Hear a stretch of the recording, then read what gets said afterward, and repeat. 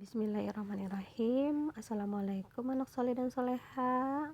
Apa kabarnya hari ini? Semoga kalian selalu dalam keadaan sehat, selalu dalam lindungan Allah Subhanahu wa taala. Nah, hari ini kita melanjutkan kembali ya pembelajaran tematik.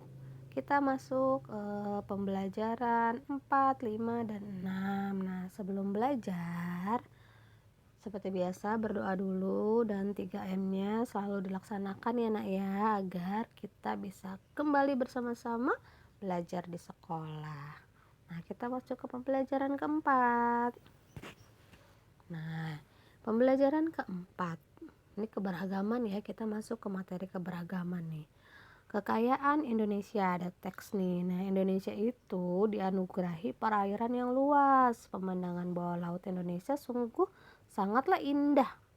Indonesia itu memiliki kekayaan laut yang paling beragam di dunia. Nah, perairan menjadi sumber mata pencarian bagi penduduk di pantai. Ikan yang melimpah sangat bermanfaat bagi kehidupan manusia. Ikan dapat menjadi sumber makanan yang bergizi. Nah, keindahan laut juga dapat menjadi tempat wisata. Sekarang udah ada snorkeling ya. Menyelam di bawah laut tuh snorkeling, lihat keindahan-keindahan bawah laut. Terus laut juga dapat menjadi tempat yang menyenangkan untuk beristirahat, menjadi mata pencarian bagi pengelola wisata. Nah, kebiasaan masyarakat di dekat laut itu berbeda dengan masyarakat pegunungan. Penduduk Indonesia itu sangat beragam wilayah tempat tinggalnya. Nah, keberagaman wilayah tempat tinggal membuat beragam pula kebiasaan masyarakat, karena nggak sama ya kebiasaan masyarakat di pantai sama kebiasaan masyarakat di pegunungan itu berbeda. Nah, hal ini menyebabkan beragam pula nih rumah adat yang ada di Indonesia nih. Karena kan keberagaman wilayah tempat tinggal membuat beragam pula kebiasaan yang tadi ya. Jadi rumah adatnya pun berbeda, pakaiannya pun berbeda. Perbedaan ini membuat Indonesia itu semakin kaya. Walaupun berbeda kebiasaan, masyarakat Indonesia tetap hidup rukun dan damai. Karena apa? Karena saling menghargai. Kita wajib saling menghargai dan menghormati agar kehidupan sesama masyarakatnya pun rukun. Nah, selanjutnya kita lihat masuk ke materi permainan jala ikan. Nah, karena Indonesia itu mata pencarian, termasuk mata pencarian juga ya, bisa menjala ikan di laut ya. Nah, ada permainan juga nih, permainan jala ikan. Nah, permainan ini bisa kalian lihat di halaman 139 nih cara bermainnya, karena kita tidak bisa praktek secara langsung ya, atau masing-masing di rumah kan nggak bisa ya, karena permainan jala ikan itu kayak permainan kelompok ya. Nanti jika kita sudah kembali ke sekolah, kita akan mempraktekkan ya untuk permainan jala ikan ini ya. Nanti ini kamu bisa baca dulu sendiri di rumah ya nak ya, di halaman 139. Nah, selanjutnya selain permainan jala ikan yang mengasihkan, nah menyantap ikan juga baik nih untuk kesehatan. Banyak proteinnya. Nah, beberapa ikan yang biasa dikonsumsi itu ada ikan bandeng, ikan tongkol, ikan bawal, udang, cumi. Nah, ini adalah ikan-ikan yang baik untuk dikonsumsi ya, banyak proteinnya. Ikan itu mengandung banyak protein. Nah, para nelayan itu ngambil ikan nih, ntar dijual di pasar ikan. Nah, si Siti ini ingin ke pasar ikan nih, membeli ikan nih. Di sini ada yang namanya papan penunjuk arah nih. Kita masuk ke masih mengenal rambu lalu lintas ya, macam-macam rambu lalu lintas nih ya. Papan namanya ini papan penunjuk arah nih. Ada rumah sakit lurus, pasar ikan kanan, taman kota kiri. Nah, itu bisa kalian temuin di jalan nih ya. Ini namanya adalah papan petunjuk arah, dan rambu-rambu itu ada jenisnya masing-masing nih, Bu Guru jelaskan ya. Nih dilihat. Pertama ada ini tadi yang tadi di Bu Guru sebutin, dia untuk penunjuk arah. Nih, papan petunjuk arah biasanya kalau kita di jalan tol atau kita lagi di jalan suka ada nih Jakarta lurus, atau kita mau ke Universitas Indonesia, atau enggak kita mau ke UNJ, biasanya ada penunjuk arah tuh kiri, kanan, atau lurus. Nah, ini adalah papan petunjuk arah. Kalau yang satu lagi ada nih. Nah, kalau yang seperti ini namanya perintah. Jadi biasanya tuh di lampu merah suka ada nih tanda belok kiri.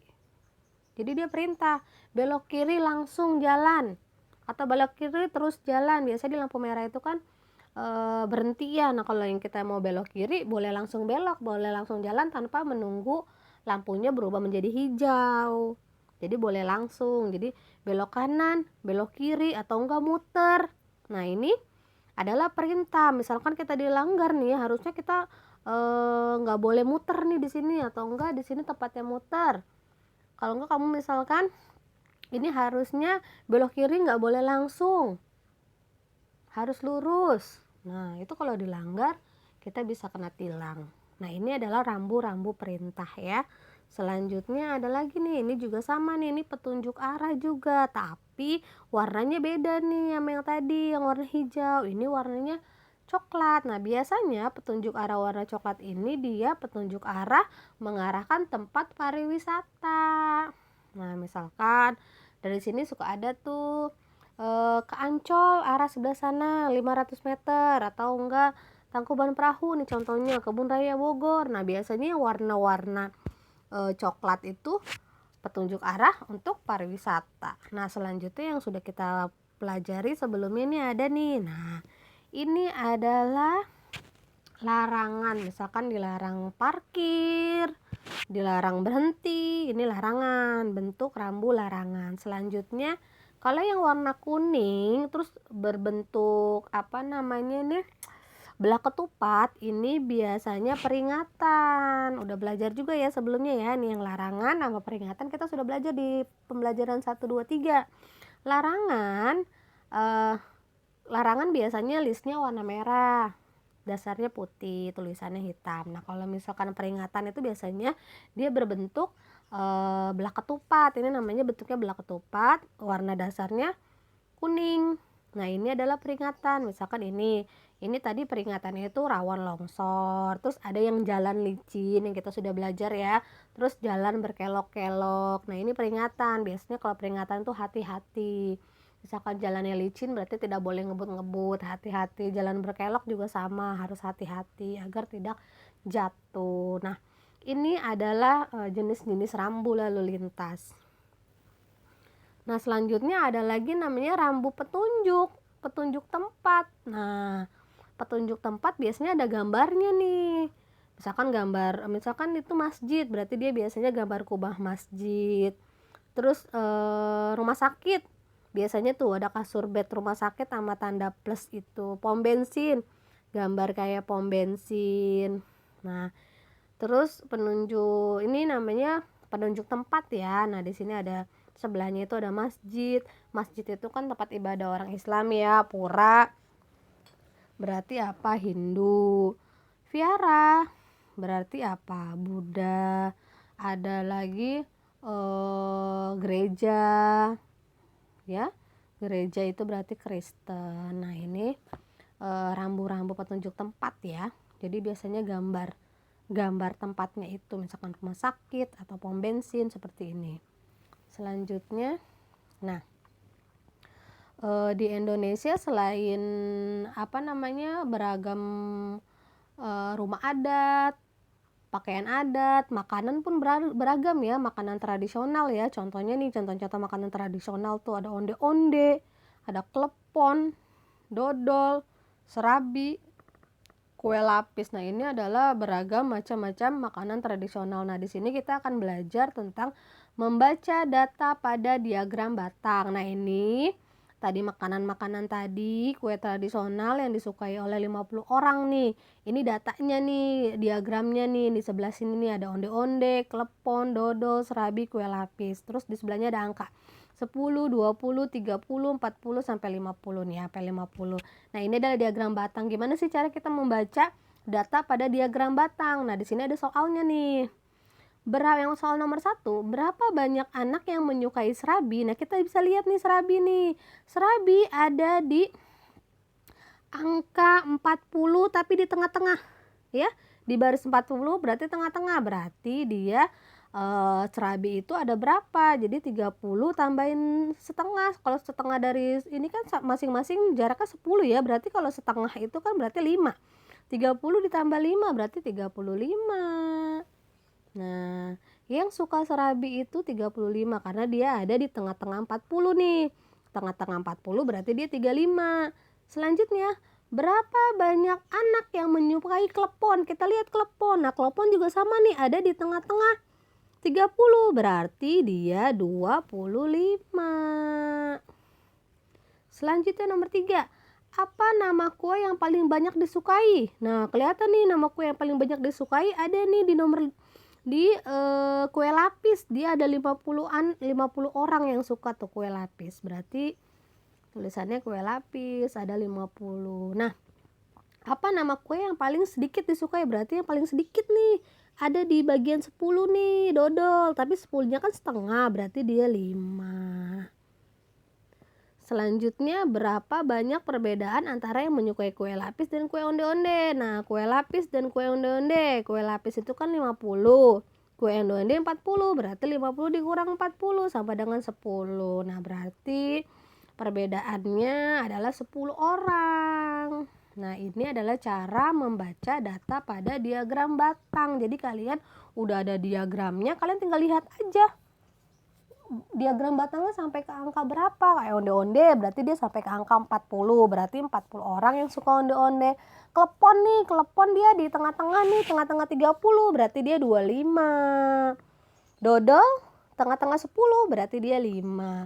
Serabi tengah-tengah 40 berarti dia 35. Nah, kue lapis pas 50 orang. Nah, ini adalah cara membaca data pada diagram batang. Nah, selanjutnya kita masuk ke pembelajaran ke-6 nih, tentang keberagaman lagi nih. Tadi kan kita banyak ya, Indonesia terdiri banyak dari keberagaman, dari rumah, dari pakaian, dari makanan. Nah, berbagai jenis makanan tradisional tadi merupakan kekayaan Indonesia. Rumah adat dan suku juga kekayaan Indonesia nih. Begitu pula pakaian, adat, dan agama yang sangat beragam di Indonesia. Kita udah belajar ya agama ya, ada Islam, ada Kristen Katolik, Kristen Protestan, ada agama Buddha, Hindu, Konghucu.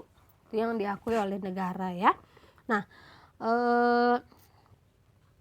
kita juga harus hidup rukun nih untuk menjaga persatuan dan kesatuan bangsa. Hidup rukun dengan cara apa sih hidup rukun? Hidup rukun dengan cara menghargai, menghormati segala perbedaan yang ada. Karena kita dan orang lain belum tentu sama. Kita tidak boleh memaksakan kehendak kita terhadap orang lain. Jadi perbedaan itu tidak menjadi masalah. Nah, di sini ada jenis-jenis rumah adat dan pakaian adat nih. Kita lihat rumah adat yang pertama. Rumah adat yang pertama itu Rumo Aceh atau Krong Bade. Yang kedua ada rumah Kabaya dari Jakarta ya, dari Betawi ya. Yang ketiga Honai dari Papua. Yang keempat Gapura dari Bali nih. Yang kelima rumah Panjang Kalimantan. Nah, ini adalah rumah-rumah adat. Selanjutnya ada pakaian adat nih. Pakaian adatnya ada dari Aceh, Kalimantan, Bali, Papua, Betawi. Nah, nanti nama-nama pakaiannya kalian cari sendiri ya. Ini adalah rumah adat dan pakaian adat. Nah, pembelajaran kita hari ini kita cukupkan sampai sini nih.